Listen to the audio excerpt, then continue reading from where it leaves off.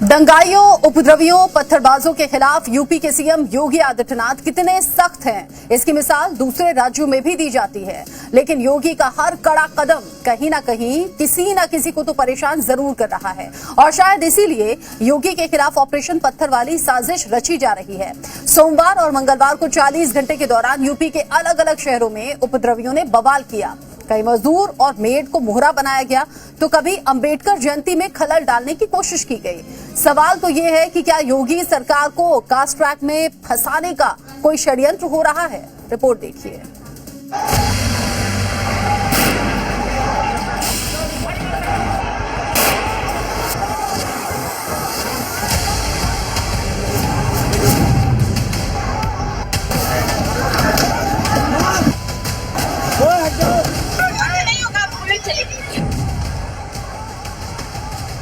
ये पत्थरबाज हो या उपद्रवी, इन सब का उपचार केवल एक है।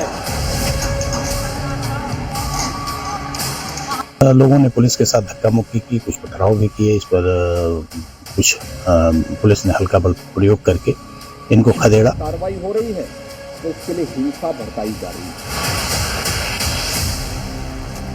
पहले नोएडा में मजदूरों का आंदोलन, फिर मेड का प्रदर्शन। अब यूपी के अलग अलग शहरों में बाबा साहेब की जयंती के दिन अराजकता फैलाने की कोशिश हुई है। लखनऊ, लखीमपुर खीरी, फतेहपुर, कासगंज, आगरा में ऑपरेशन पत्थर को उपद्रवियों ने एक्टिवेट करने की कोशिश की।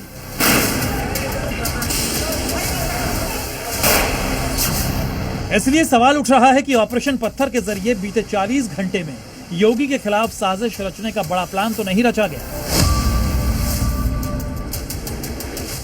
लेकिन योगी के आदेश पर पुलिस फोर्स ने यूपी में हिंसा की साजिश पर पानी फेर दिया और अब तो योगी ने भी साजिश रचने वालों को साफ चेतावनी दे दी है।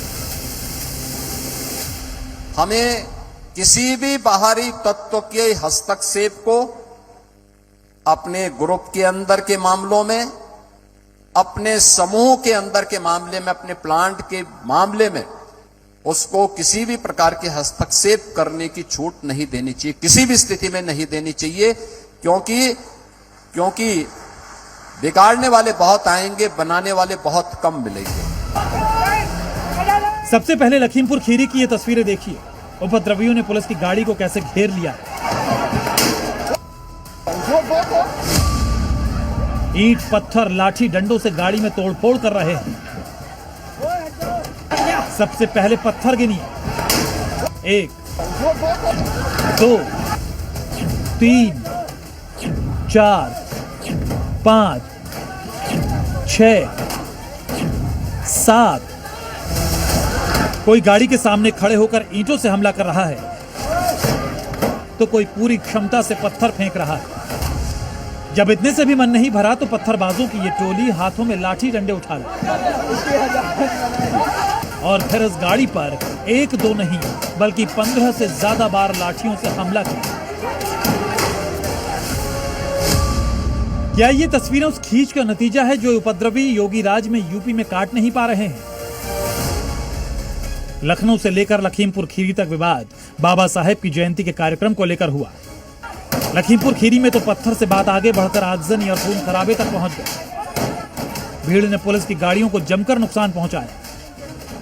ये तस्वीरें देखिए, जितनी भयावह हैं उससे खतरनाक उपद्रवियों की मंशा है। देखिए कैसे उपद्रवी पुलिस की गाड़ी को बुरी तरह हिला रहे हैं, हिंसा भड़काने की कोशिश कर रहे हैं।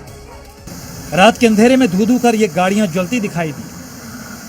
मैं जिस समय जीरो ग्राउंड पे खड़ा हूं और यहाँ पे मैं तस्वीर दिखाना चाहूंगा। ये देखिए सरकारी गाड़ी है। इसको जो उपद्रवी तत्व हैं उन्होंने किस तरीके से पहले इसमें तोड़फोड़ की और उसके बाद आग लगा दी।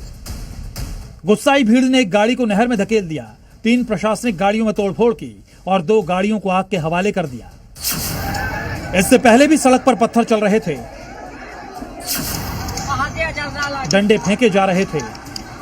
हालात को काबू करने के लिए योगी की पुलिस को लाठियां भांजनी पड़ी। सड़क पर उपद्रव करने वालों को योगी फोर्स ने खदेड़ दिया।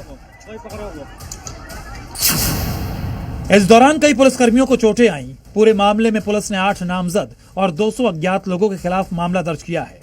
कुछ अराजक तत्वों द्वारा पुलिस से झड़प की गई और पत्थरबाजी की कार्रवाई कुछ लोगों द्वारा की गई। इस पर पुलिस द्वारा हल्का बल प्रयोग करके उनको तितर-बितर कर दिया गया। लखनऊ में भी पकड़े गए ये 7 लोग पत्थरबाज गैंग के सदस्य हैं।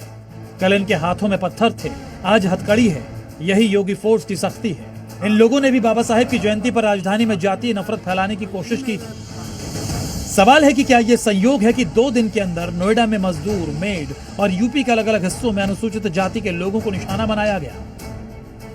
नोएडा हिंसा मामले में तो व्हाट्सएप चैट और सोशल मीडिया से साजिश का खुलासा तो पुलिस ने किया है और अंबेडकर जयंती पर अलग अलग शहरों में हुई मारपीट और पत्थरबाजी की जांच शुरू हो गई।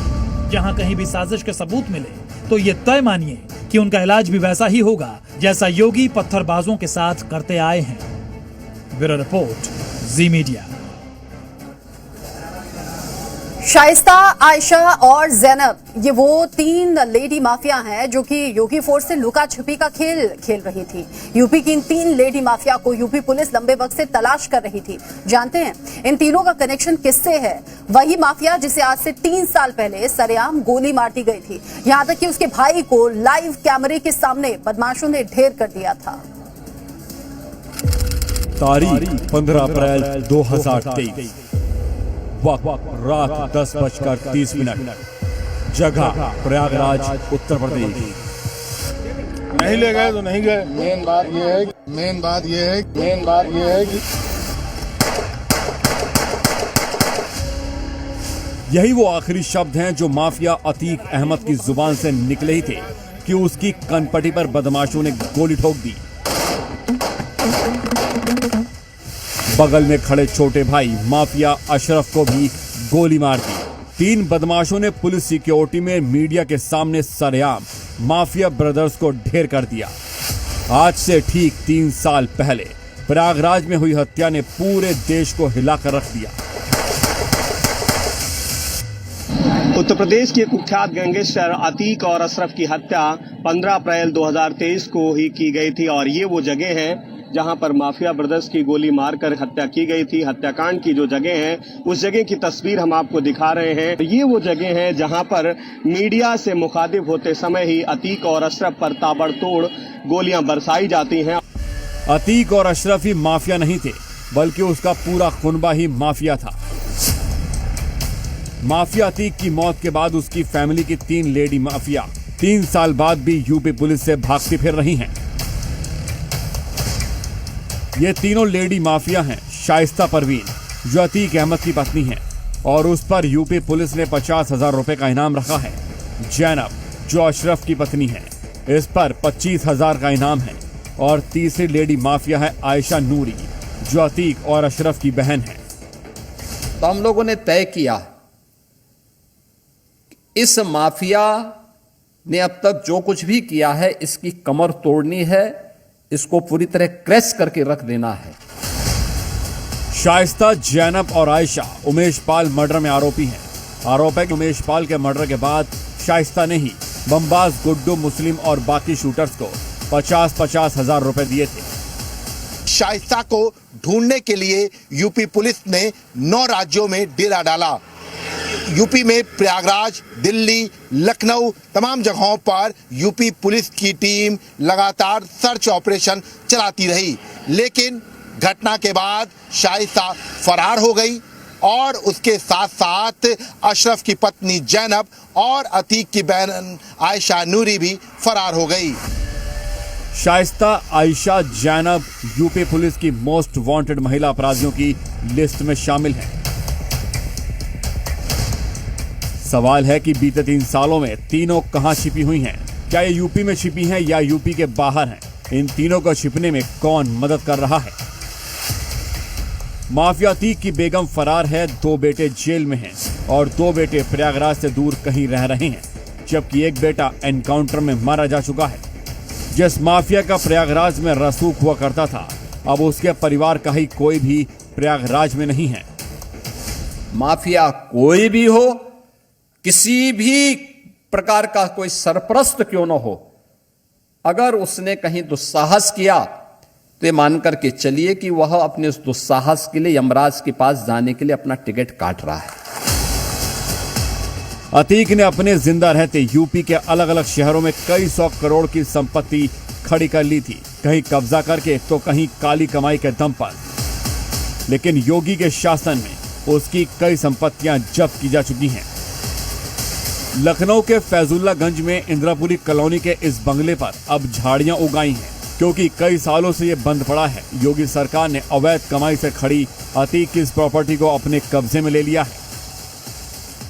ये आप बोर्ड देख सकते हैं कि यहाँ पर जब ये कुर्क की कार्रवाई की गई थी जिला मजिस्ट्रेट के आदेश से, उस वक्त ये बोर्ड जो है वो यहाँ पर चस्पा किया गया था। आप तस्वीर देख सकते हैं कि इसमें बाकायदा ये अभियुक्त अतीक अहमद का यहाँ पर जिक्र किया गया है। इसके साथ साथ शाइस्ता प्रवीण का जो है वो यहाँ पर जिक्र किया गया है।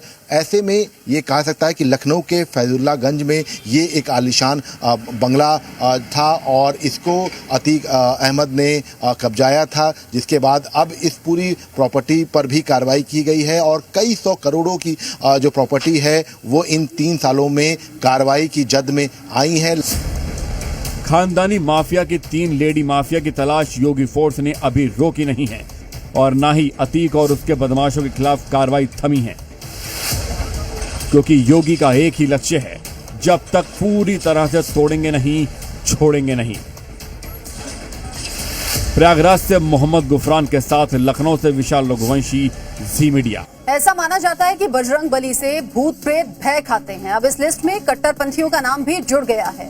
यूपी से हैदराबाद तक बजरंग बली के दुश्मनों में खौफ की लहर चल रही है।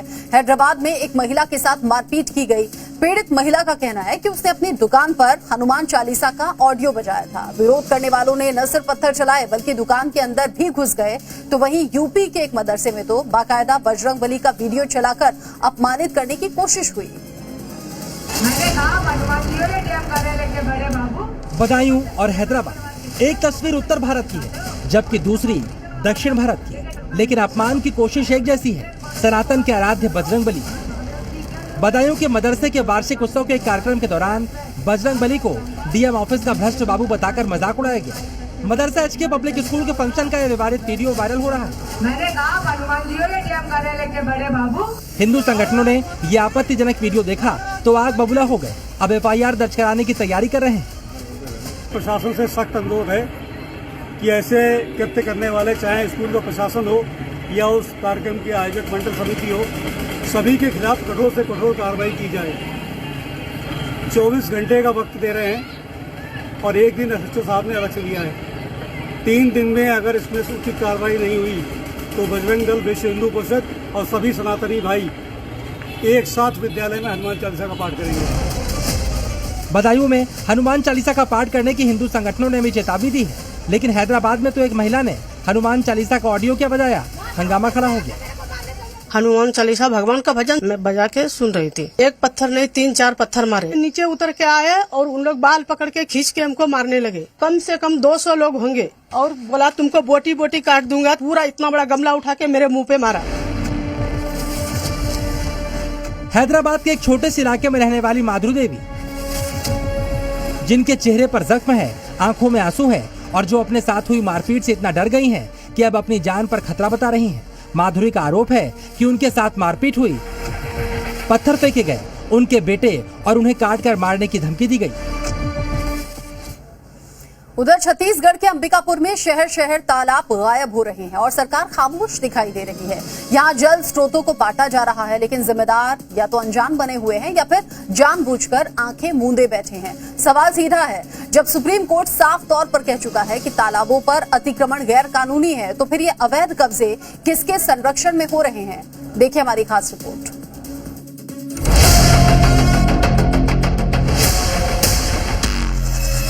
छत्तीसगढ़ के अंबिकापुर में तालाबों का अस्तित्व तेजी से खत्म होता जा रहा है और इसके पीछे सबसे बड़ा आरोप भूमाफियाओं पर लग रहा है।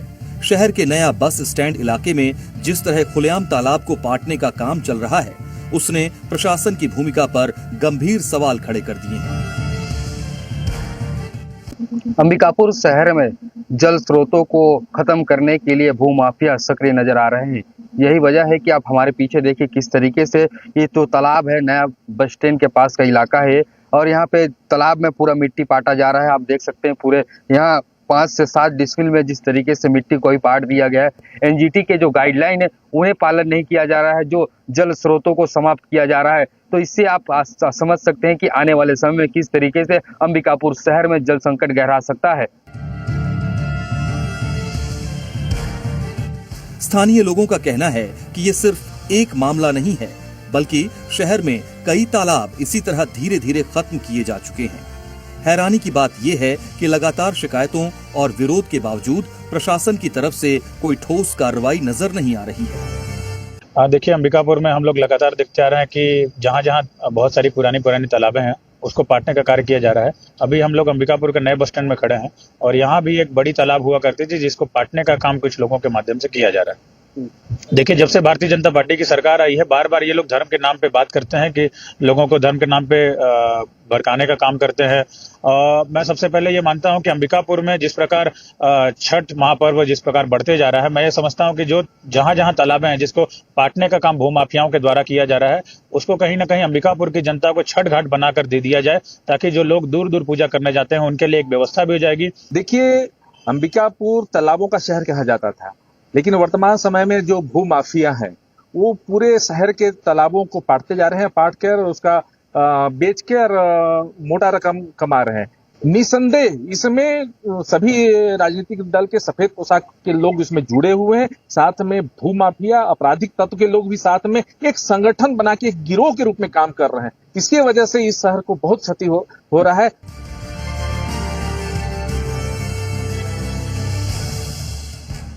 तालाब सिर्फ पानी का स्रोत नहीं होते, बल्कि पूरे इकोसिस्टम का आधार होते हैं। इनके खत्म होने से भूजल स्तर गिरता है और आने वाले समय में जल संकट गहरा सकता है। वहीं नगर निगम के जिम्मेदार अधिकारी कार्रवाई की बात तो कर रहे हैं, लेकिन जमीनी हकीकत कुछ और ही कहानी बयां कर रही है। आपने ध्यान आकर्षण करवाया, उसके लिए धन्यवाद। और नगर निगम की सरकार भी इसके लिए संवेदनशील है, चिंतित है, और हम लोगों ने इस बात को ध्यान किया था और लगभग कुछ दिनों पहले हम लोगों की प्रशासनिक अधिकारियों के साथ बैठक हुई थी। प्राकृतिक जल को स्रोत को बंद करना बिल्कुल गलत बात है और ये होना नहीं चाहिए और इसका ध्यान आकर्षण करवाया गया है। इसके लिए आपने ध्यान दिलाया, हम बिल्कुल इसके जल्दी से जल्दी उस पर संज्ञान लेंगे और अपने आला जिले के कलेक्टर साहब से इनसे मिलकर आग्रह करेंगे कि इसको जांच पड़ताल करवाई जाए और यदि कोई इस प्रकार का कृत्य किया जा रहा है तो इसको तत्काल हम करवाने का काम करेंगे। गौरतलब है कि सुप्रीम कोर्ट पहले ही साफ कर चुका है कि देश में सार्वजनिक तालाबों, जोहड़ों और पोखरों को पाटना पूरी तरह अवैध है। इसके बावजूद अगर ऐसे काम जारी हैं, तो ये न सिर्फ कानून की अनदेखी है, बल्कि पर्यावरण के साथ भी गंभीर खिलवाड़ है। ऐसे में बड़ा सवाल है कि आखिर इन भूमाफियाओं को संरक्षण कौन दे रहा है और क्या सरकार समय रहते इस पर सख्त कदम उठाएगी या फिर अंबिकापुर के तालाब यूं ही इतिहास बनते रहेंगे। Bureau report,